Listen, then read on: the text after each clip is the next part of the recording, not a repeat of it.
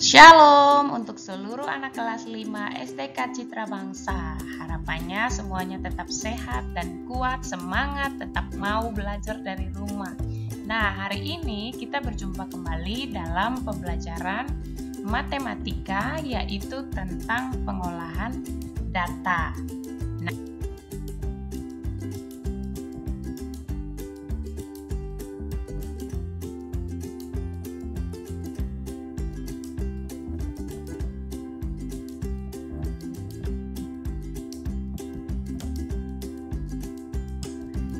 Untuk belajar tentang pengolahan data, yang paling pertama kita akan lihat cara mengumpulkan dan membaca data.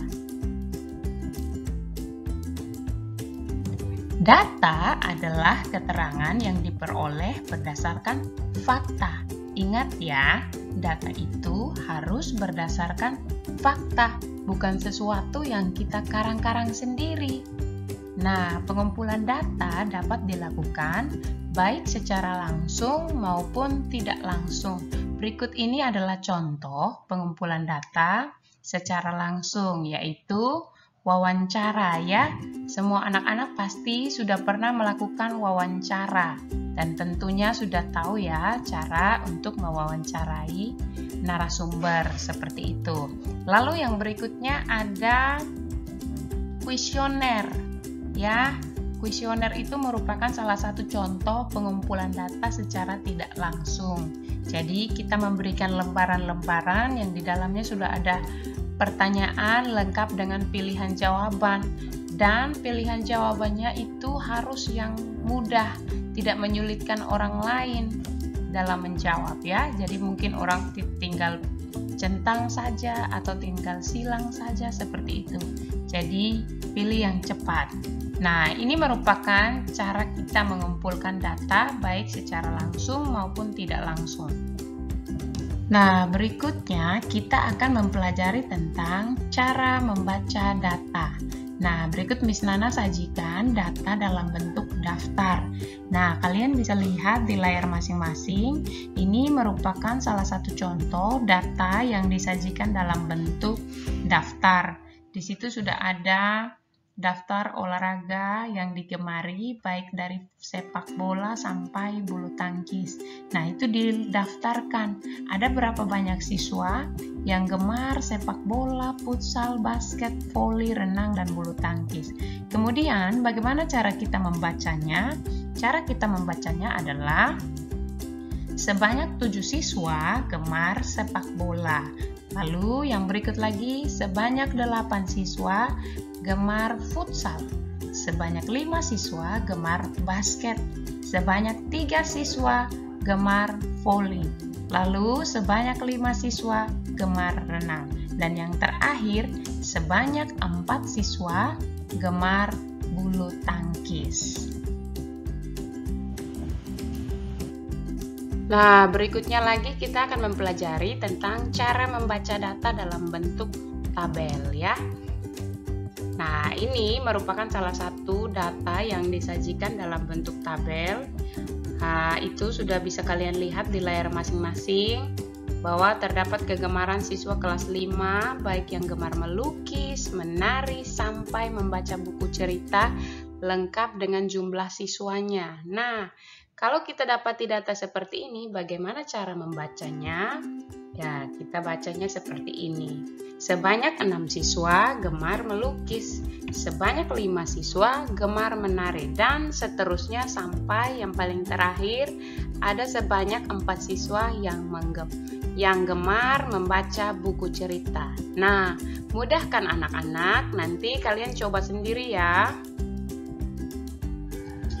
Nah, berikutnya kita akan lihat lagi tentang bagaimana cara membaca data dalam bentuk diagram gambar. Nah, di situ sudah disediakan tabel yang akan diberikan contoh keterangan gambarnya seperti yang terlihat di layar HP masing-masing atau di layar laptopnya. Nah, untuk membaca diagram gambar ini yang paling utama harus diperhatikan adalah keterangannya dulu. Biasanya keterangan ini adalah satu syarat dalam kita membaca. Jadi di sini dia sudah taruh keterangan satu gambar ini, satu gambar buku ini kita hitung satu buku. Nah, nanti ada lagi diagram yang lain, kalian lihat baik-baik dia punya keterangan ya. Kadang-kadang kalau satu buku bisa mewakili 5 buku, satu gambar bisa mewakili 10 buku, dan seterusnya tergantung dari keterangan. Nah, karena ini cuma satu-satu buku, berarti kita bisa hitung Mita punya ada 1, 2, 3, 4, dan begitu seterusnya ya. Maka kita membacanya, Mita memiliki 4 buku cerita, Bayu memiliki 2 buku cerita, Fitri memiliki 3 buku cerita, dan seterusnya. Mudah bukan? Jangan lupa untuk memperhatikan keterangannya dalam setiap diagram gambar. Yang keempat yang akan kita pelajari adalah cara kita membaca data dalam bentuk diagram batang. Nah, berikut saya akan berikan contoh satu data dalam bentuk diagram batang. Bisa kalian perhatikan. Di situ ada diagram batang tentang nilai ulangan matematika siswa kelas 5. Nah, perhatikan area ini adalah area nilai. Jadi mulai nilainya kisarannya dari 6, 7, 8 sampai 10. Sedangkan jumlah siswa ada di area ini ya, mulai dari 0 sampai 12. Nah, bagaimana cara kita membacanya? Nah, anak-anak tinggal perhatikan diagramnya baik-baik. Diagram batang ini, kalau saya tarik garis lurus begini, berarti dia ada di 4 ya. Berarti banyak siswa yang mendapat nilai 6 ada 4 orang. Terus banyak siswa yang mendapat nilai 7 ada, kita lihat ini kalau garis ke sini. Nah, setelah 6 ada 7, berarti jumlahnya 7 siswa. Lalu banyak siswa yang mendapat nilai 8 adalah, kita lihat, tarik garis ke sini. Oke, ada di angka 10, berarti banyak siswa yang nilainya 8 ada 10 orang. Dan seterusnya, banyak siswa yang dapat nilai 10 ada, ini kalau saya tarik ke sini 5 orang. Seperti itu ya cara membacanya. Ya. Jadi tidak sulit, silakan nanti kalau anak-anak bisa menemukan data yang lain bisa dibaca dengan cara yang sama. Nah, yang kelima yang akan kita pelajari di sini adalah bagaimana cara membaca data kalau dalam bentuk diagram garis. Nah, di sini Miss Nana sudah memberikan satu contoh diagram garis untuk berat badan Mita umur 5 bulan pertama ya. Jadi, untuk membaca diagram garis ini tidak jauh berbeda dengan cara tadi kita membaca diagram batang. Nah, anak-anak perhatikan di area ini adalah diberikan keterangan untuk bulan ke ya. Di situ ada tulis bulan ke, artinya bulan ke-1, ke-2, ke-3 sampai bulan ke-5. Lalu di area sini ada keterangan untuk berat badan ya dalam kilogram. Berarti ini setiap angka yang diberikan ini dihitung dalam kilogram. 1 kilogram sampai 9 kilogram. Nah, kalau diagram garisnya sudah diletakkan seperti ini, tinggal kita cocokkan ya. Untuk bulan ke-1 itu ada pada angka 3 ya, berarti bulan ke-1 berat badan Mita 3 kg. Bulan kedua berat badan Mita ada, ini karena titiknya di sini kita hubungkan ke berat badan 4 kg.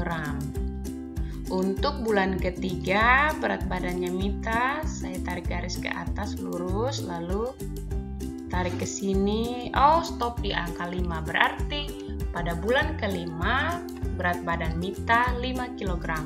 Dan yang paling terakhir pada bulan kelima berat badan Mita itu berapa ya? Nah, karena titiknya di sini, kita tarik garis lurus ke samping. berhenti di 8 kg. Berarti pada bulan kelima berat badan Mita 8 kg. Seperti itu ya, bisa anak-anak lihat di layar masing-masing. Begitu cara membacanya, sama seperti ketika kita membaca diagram batang. Nah, anak-anak, yang terakhir yang akan kita lakukan adalah bagaimana caranya kita membaca data dalam bentuk diagram lingkaran. Nah, berikut ini saya berikan contoh diagram lingkaran untuk buah kesukaan 40 siswa kelas 5. Di situ ada buah mangga, pisang, apel, dan juga jeruk beserta dengan presentasinya masing-masing ya. Jadi yang suka mangga ada 25%, yang suka apel 20%, yang suka pisang 20%, dan yang menyukai jeruk ada 35%. Jadi anak-anak bisa membaca sama seperti yang saya buat dalam kotak berwarna pink itu. Jadi ada sebanyak 20% dari jumlah siswa menyukai buah apel dan seterusnya. Kalau untuk yang ini mudah sekali bukan kita membacanya, hanya langsung melihat lalu kita menuliskan dalam bentuk teks yang dalam bentuk kalimat ya. Lalu di situ bagaimana kita mengetahui jumlah siswa dari 20% ini? Jadi 20% dari 40 siswa itu berapa banyak atau berapa orang? Nah, di situ saya sudah contohkan cara menghitungnya supaya kita bisa tahu 20% dari 40 siswa itu berapa siswa? Ternyata 8 siswa. Jadi caranya gimana? 20% kali jumlah keseluruhan siswa ada 40 ya. Jadi 20 per 100 kali 40. Nanti ini tinggal anak-anak bisa sederhanakan ya. 20 bagi 21, 100 bagi 20 berapa ya? 5 ya. 5. Jadi sisanya 1/5 kali 40. Nah, 1 ketika kita kali dengan 40 ya tetap 40 ya. Jadi 40 bagi 5 sama dengan 8 siswa, seperti itu. Lalu untuk yang 35% dari 40 siswa itu berapa? Nah, sama. 35%, jangan lupa kalian belajar di semester 1, 35 per 100 kali 40 ya. Jadi sama caranya seperti di atas, kalian tinggal menghitungnya saja. Nanti tinggal anak-anak hitung lagi bagaimana caranya untuk menghitung jumlah siswa untuk 25% dan 20%. Oke, itu saja untuk perjumpaan kita hari ini. Semoga anak-anak semua tetap belajar dengan senang. Dan jangan lupa untuk mengerjakan tugas kalian yang ada di halaman 119, yaitu kuis. Dikerjakan di buku tugas dan upload ke Google Classroom. Oke, sampai ketemu lagi di pembelajaran matematika berikutnya. Shalom!